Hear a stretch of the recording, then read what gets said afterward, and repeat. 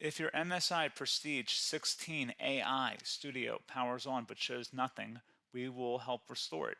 We will use Windows Recovery, Startup Issue Repair, and restore damaged system components.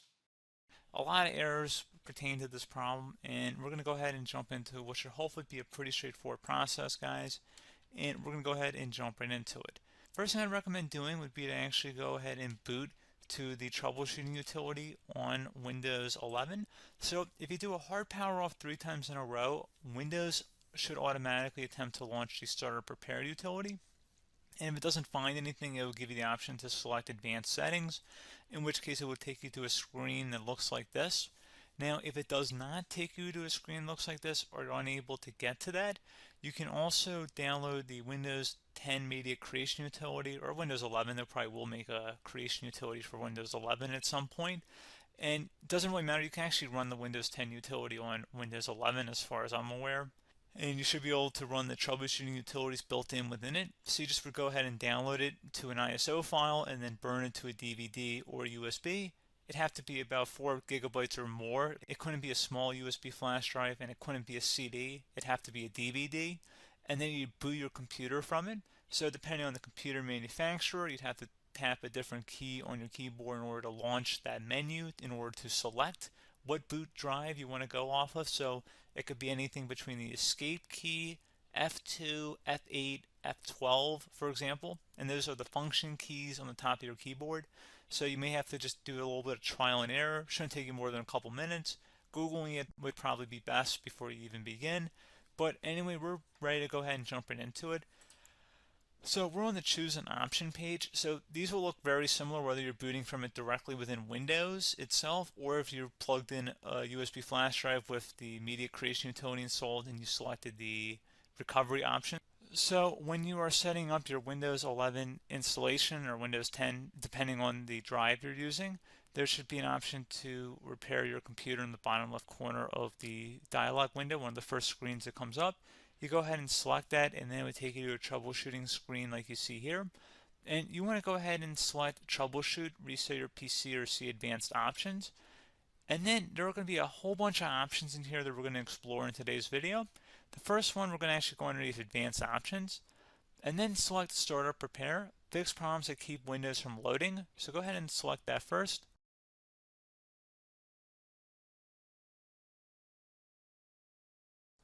Okay, so you can see it could not repair our PC. That was our first option we could try. Something else, if we go back into advanced options here and then select troubleshoot, we're going to go underneath advanced options again. You can go ahead and actually access safe mode by selecting startup settings. And then if you select the restart button, you have the option on the screen select safe mode with networking, which will give you a key on the screen. It'll tell you which key to press to enter that. I believe it's the F7 key. It'll do that for you. I'm not going to go over that in today's tutorial because I don't really want to go into safe mode, but you're more than welcome to attempt that by going into here and then selecting restart. Again, it'll launch another screen. It'll say what key do you want to press, and it'll give you like 7 or 8 different options, and you want to select safe mode with networking. There's also an option for a command prompt too, but that's going to be something we're going to cover later in this video, and we don't even have to go through that in order to access it. So that's why I'm not going to really push for that, because unless you know exactly what's causing the problem, you probably don't need to go into safe mode. Unless you're trying to recover files, in which case then you definitely can go into safe mode, but we're trying to actually recover our computer here. So I hope that makes sense. Something else we can also try here as well would be to uninstall updates, remove recently installed quality or feature updates from Windows. So if you go ahead and select that, you can uninstall the latest quality updates, which generally is the more day-to-day updates. Feature updates are the less regularly released ones, like the big ones. I would equate it to service packs in like Windows 7 and Windows Vista and Windows XP. So larger updates that occur once or twice a year at most. And the quality updates are more just a regular update. So probably obviously depend, it'll take longer if you're going to try and uninstall the latest feature update versus quality update. And maybe you don't need to go back that far. So just giving you guys a couple of pointers with that. Something else you can also look at here, and we're going to jump into the command prompt in a little bit, but you can select System Restore, which will use a restore point recorded on your PC to restore Windows. And this is something I would highly recommend here, guys. So select Next. Assuming you have a restore point saved on your computer, you go ahead and select the most recently created one, and you'll select next, and then you'll select the drive. You shouldn't actually have to select the drive. You can scan for affected programs, but we're going to keep it all default here, and then we're going to select finish. So once started, system restore cannot be interrupted. Do you want to continue? I think we're going to select yes. I don't think we have anything better to do on our computer right now, so just give it a moment here to initialize. It will take a couple minutes to run, obviously depending on how large your hard drive is and how much is saved on the system restore point. So just give it a couple minutes here.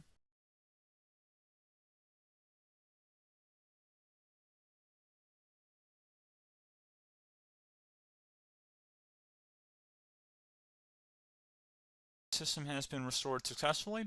We're going to go over a couple different methods in addition to that if that did not work. So I'm just going to pause the video and we're going to start back on the recovery screen that we started with.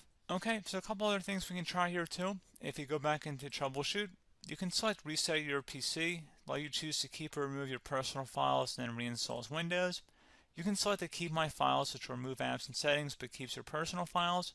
You can also select Remove Everything, which will remove all of your personal files, apps, and settings. So this is more of a factory reset, the second option here. First option, it should not delete all of your personal files. However, it will pretty much clear most of your programs, and keep in mind, there's no guarantee that your information, number one, is even still available and easily recoverable on your computer to the point that you actually would be able to recover anything. And the second point is that there's always a chance that it won't actually recover and it will just do a factory reset anyway. So there's no guarantee that actually would keep your files anyway. So I would recommend trying to get a recovery tool and backing that up first before selecting it anyway. But again, those are a couple different options. And then something else you can try here if you go back to the choose an option. Another option, if you go underneath choose an option and select troubleshoot, advanced options, and now select where it says command prompt. Okay, so the first thing we should do is type our main hard drive here. In most cases, it should be the C drive. So you just do a C colon and then hit enter on your keyboard. So once you're underneath the C drive, we're going to type in dir and then hit enter on your keyboard. It should have program files, users, and Windows all in there. That's how you know you're in the right directory.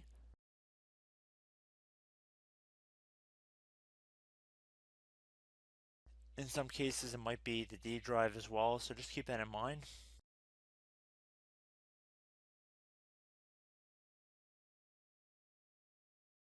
Next thing we're going to do is type in cd space / Windows / system32 / config,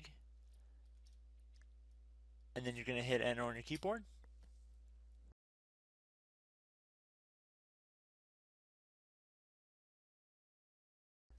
So now you're going to type md space backup. If you've seen other tutorials, it might also say to put down md backup. That's because the backup name is pretty common when you want to back something up. So you can name this whatever you want, doesn't have to be backup. So if you've already made a backup folder in the past, you could do backup 1, for example.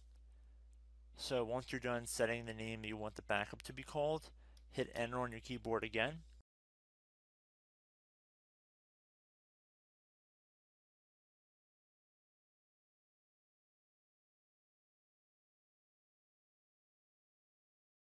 At this point you want to type copy, C-O-P-Y, space, then you want to do the star symbol above the 8 key, then do a period or a dot, whatever you want to call it, then another star sign, and then another space, and then type backup, and then hit enter on your keyboard.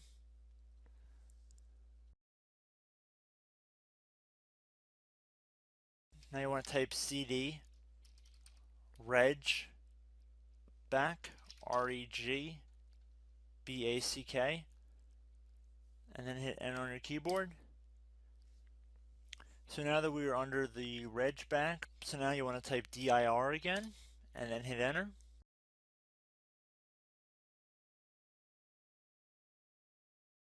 So now at this point we're going to type copy again. So copy, space, star sign, dot, another star sign, space, and then 2 dots. So we're going to type copy, space, star sign, dot, sign, star sign, dot, dot, and then hit enter on your keyboard again. So for overwrite, you want to overwrite all. So type A on your keyboard, so capital A, and then hit enter on your keyboard.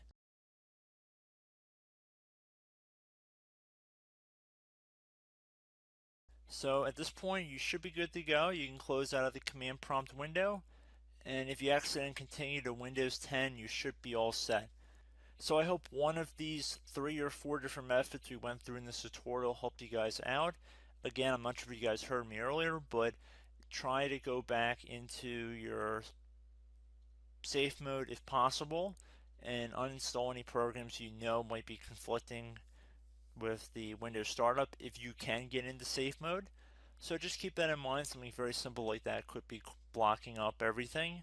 So again, I hope this tutorial helped you guys out, and I will catch you in the next tutorial. Goodbye.